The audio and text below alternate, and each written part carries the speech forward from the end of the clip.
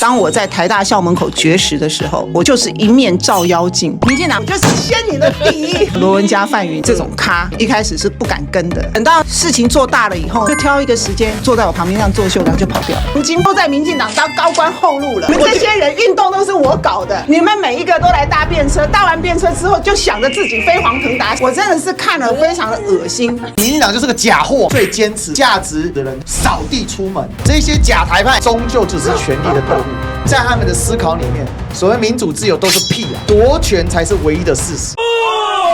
今天民进党执政，居然可以踩这种红线，剪掉像疯狗一样乱咬。他不但搜索党部，他还压人。这是什么案件可以剥夺一个人的人身自由？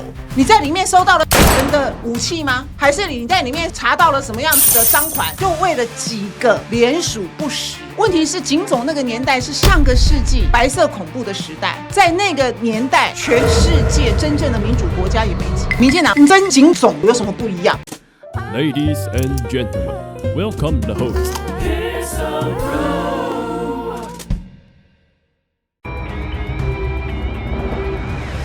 民进党虽然每天都在秀下限，但这个是非常严重的踩到了我的底线，减掉大规模的出动，像疯狗一样乱咬。更离谱的是，第一个搜索了国民党的台南市党部，理由是因为台南市党部有人在帮忙联署罢免的过程里头，发现好像有3、4位联署的人已经死亡，这件事情你就把它划掉，它就不算数。出动减掉搜索，一起台狼棒会还是讲贪污，还是讲买票拢无啊？你怎么可以因为这种鸡毛蒜皮的事情，大规模的去搜索在野党的党部？这是非常严重的踩了民主的红线。我就说，民进党成立初期，当时大家都觉得还是在威权的阴影底下，国民党都从来没有出动检调搜索党部。他不但搜索党部，他还压人呢。这是什么案件可以压人，可以剥夺一个人的人身自由？你这跟以前警总冲进去人家家里把人带走有什么不一样？问题是警总那个年代是上个世纪白色恐怖的时代，在那个年代，全世界真正的民主国家也没几个。今天在台湾，民进党执政，居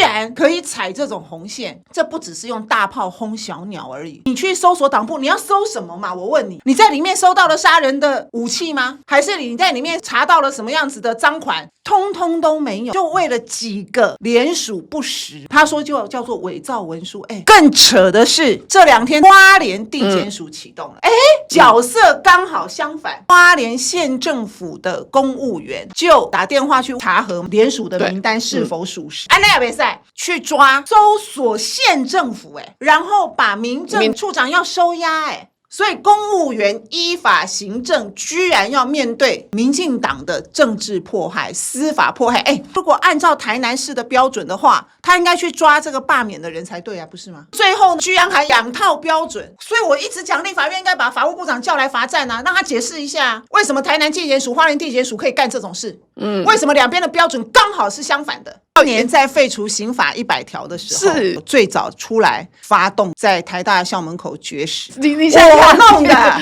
今天民进党你给我搞这个，我觉得台湾真的是太严重了，因为这样，所以有人受不了跳出来。过去是深绿的中研院院士陈培哲，有75位学者，很短的时间之内完成联署，提出捍卫台湾民主法治与和平安全声明。所以今天雅雅她的意识形态可能跟陈培哲是完全不一样的，但是陈培哲为了他的言论自由站出来，这才是一个知识分子应该有的高度嘛。那今天台湾变成一言堂，每个人都要想的跟赖清德一样，不一样就给你扣红帽子，把你赶出去或把你抓起来，真的是恶劣到了极点。联合声明就以纳粹政权举例，赖清德不断妖魔化中国大陆，以戴红帽子的方式打压不同的意见，进一步的激化台湾社会的对立，以民粹主义来凝聚支持者。所以在雅雅离境的这件事情上面，这些学者们出来呼吁民进党政府悬崖勒马。所以民进党为了大罢免，为了政治斗争，已经无所不用其极，毫无底线。所以你看到这些学者站出来，还有雅雅的这个事情，你们怎么看？大家去回想一下，这些言论自由不就是20-30年前你民进党一直在争取的吗？结果从蔡英文上届完全执政之后，现在你又一点一滴的在破坏你的言论自由。标准都你讲的呢？你看多少台南的党部跟花莲来做一个对照，我这2天常在想，我们现在是怎样？我们的检察关系做严哦，还是我们现在因为赖清德上来之后，每个人为了急于表现，所以全员出动所以我觉得这几天的言论这样压这件事情，也会让很多人不大敢讲话。那我觉得这个都会一点一滴的在侵蚀台湾的言论自由。我是真的非常的感慨啦。当我在台大校门口绝食的时候，你要知道那个过程，我就是一面照妖镜。譬如说像罗文嘉、范云这种咖，一开始是不敢跟的，然后等到事情做大了以后，他们又怕自己被边缘化，所以就挑一个时间坐在我旁边这样坐一下，表示有来做，然后就跑掉了。你想想看，那时候还在念大学，就懂得政治作秀的道理。那天刚好好死不死，12月10号的世界人权日，这是我人生第一次见到施明德，因为他刚从牢里放出来。然后民进党中央是什么态度？因为我在那边绝食，所以他们就临时决定在台大校门口办一个世界人权日的晚会，然后欢迎他们英雄归来，用这样子的一个场子把我的静坐绝食抗议收掉。否则在那个时候他们就不想跟黄华的台独案沾上边嘛。你想想看，来自民进党多大的压力，我一个大学生发动运动，在门口戳破他们伪善的面孔嘛那本人也只好顺应结束静坐绝食抗议。你们都不知道我以前年轻的时候在民进党里头干嘛的。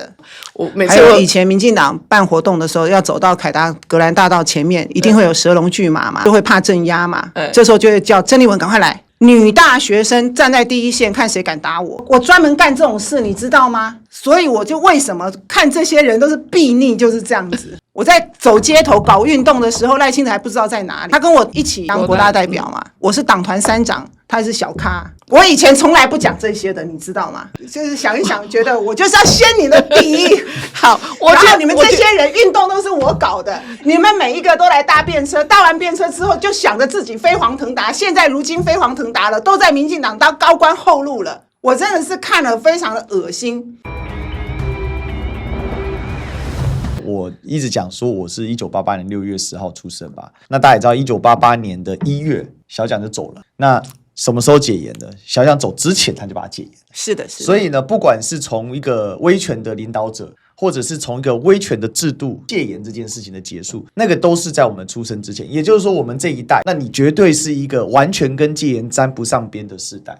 你自己在成长的那个世代里面，怎么可能会有任何关于同意戒严这件事的说法？连想象都不敢想象。说真的，2位我会很害怕。我从戒严走过来之后，看到民进党这样子，一步一步的走向专制，这很有可能。因为其实大家都会觉得说啊，国民党怎么样怎么样，但是你要至少知道他的那个时空背景，他戒严，然后他解严之后，让整个台湾进入到一个民主的阶段。我觉得这是一个历史的进程啊！你一直去骂他过去，我觉得有时候为什么你不看现在，好好珍惜好不容易出来的一个民主的社会，民主的言论自由。因为我曾经是学运，然后民进党台独基本教义派出身的，然后见证整个解严民主化的过程，所以我深刻的体会到国民党教育的成功，让所有台湾的精英都相信民主这件事，有别于当时的共产党。即便是支持国民党的精英，包括公务员、军队、知识分子，这一些过去大家认为掌控在所谓国民党手中的，全部都是支持民主，这才是真正的原因，不是1-2个政治强人，更不是1-2个政治英雄，这是今天台湾创造政治奇迹可以和平转型的最重要的关键。有几个第三世界国家可以完成成功的政权移转？几乎没有。所以今天刚刚碧如姐居然说她担心历史会倒退的原因，是因为她看到绿营的精英，这些政治人物、学者、媒体，甚至于大法官都可以放弃了民主，来巩固他的意识形态跟民进党的权利。这件事情多么的恐怖！如果你们民进党真的认为民主是你争取而来的，难道你就可以把它吞掉了吗？你应该要捍卫才对啊。所以我跟你讲，那时候我们在搞学运，我老公啊，就是当时学运领袖，就曾经去跟罗文嘉拍桌，因为我们好不容易这么多学长还被留校察看，争取来的校园民主普选，到第2届的时候呢，学校就想要没收普选的权利，其中有一个原因就是因为范云的成绩真的很烂，不知道在干嘛，就被死当。当时的学生会会长罗文嘉就居然要跟校方妥协，暂停学生会会长的普选，因为他怕范云没有参选资格，那还不如不要选。所以我老公就去跟他拍桌说，我们今天争取校园普选，为的是民主，而不是为了学生会会长由谁当，所以绝对不可以才选了1届就中断，因为中断之后你不知道后面是什么，你们就知道罗文嘉是什么咖了吧？没原则的软脚虾，我就是打从心里面瞧不起这一群人啊。结果那些高喊自由民主的人，恰恰是让我们现在，尤其像我深刻的理解的一件事：自由民主就2个字，叫假的。因为你民进党就是个假货嘛，所以台派就假台派嘛。这个世界从来不缺假货，最价值、最坚持的人，他的下场是什么？扫地出门，乏人问津，不就这样吗？我们讲一个很简单的，施明德，现在民进党谁敢提着他？只敢那边假装纪念一下，然后就装死了。所以罗文嘉做那种情形，我谢谢丽文姐把这个事情讲出来，因为这个是一个很好的资讯。这些假货人终究只是权力的动物，在他们的思考里面，所谓民主自由都是屁啊，夺权才是唯一的事实，甚至连台独都是屁啊！看赖清德他的那个台独理论，简直是令人发指。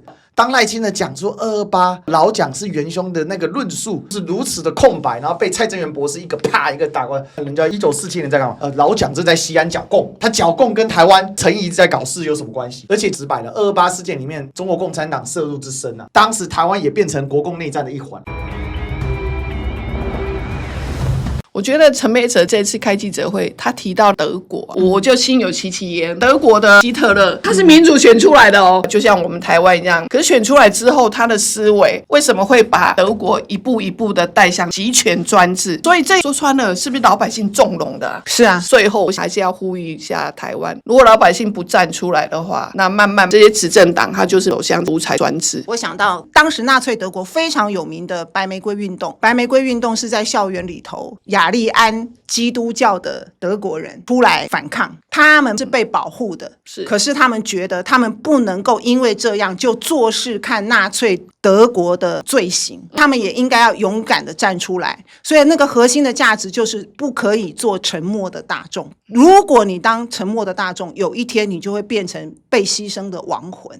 那今天我觉得陈培哲学者他们发起的就是有这个白玫瑰运动的这种精神。那你今天赖清德要的不就是当总统吗？那不然他当总统有什么出息？他当了总统之后，他帮谁做什么事情？他有什么理念？他要实现什么？通通都没有。他唯一关心的就是台独。他在选总统的时候就告诉你说，我不再关心台独了，我不敢讲，我不要讲了，因为当总统比他台独更重要啊。他就想要过这个当总统的瘾而已。他有了权力之后，他做了什么？什么都不做。然后呢，就是要来修理，叫你们这些不支持他总统的人，叫你们通通闭嘴。他就只光干这一件事，所以我真的是打从心里面瞧不起这种人。他最糟糕的是，他不闭嘴，他用国家机器暴力对付。其实民进党呢是最清楚希特勒当年怎么夺权的，他们是最清楚法西斯怎么崛起的，他们甚至是更清楚中国共产党跟国民党在斗争当中，红色中国跟白色中国在斗争当中，他们是如何取胜的。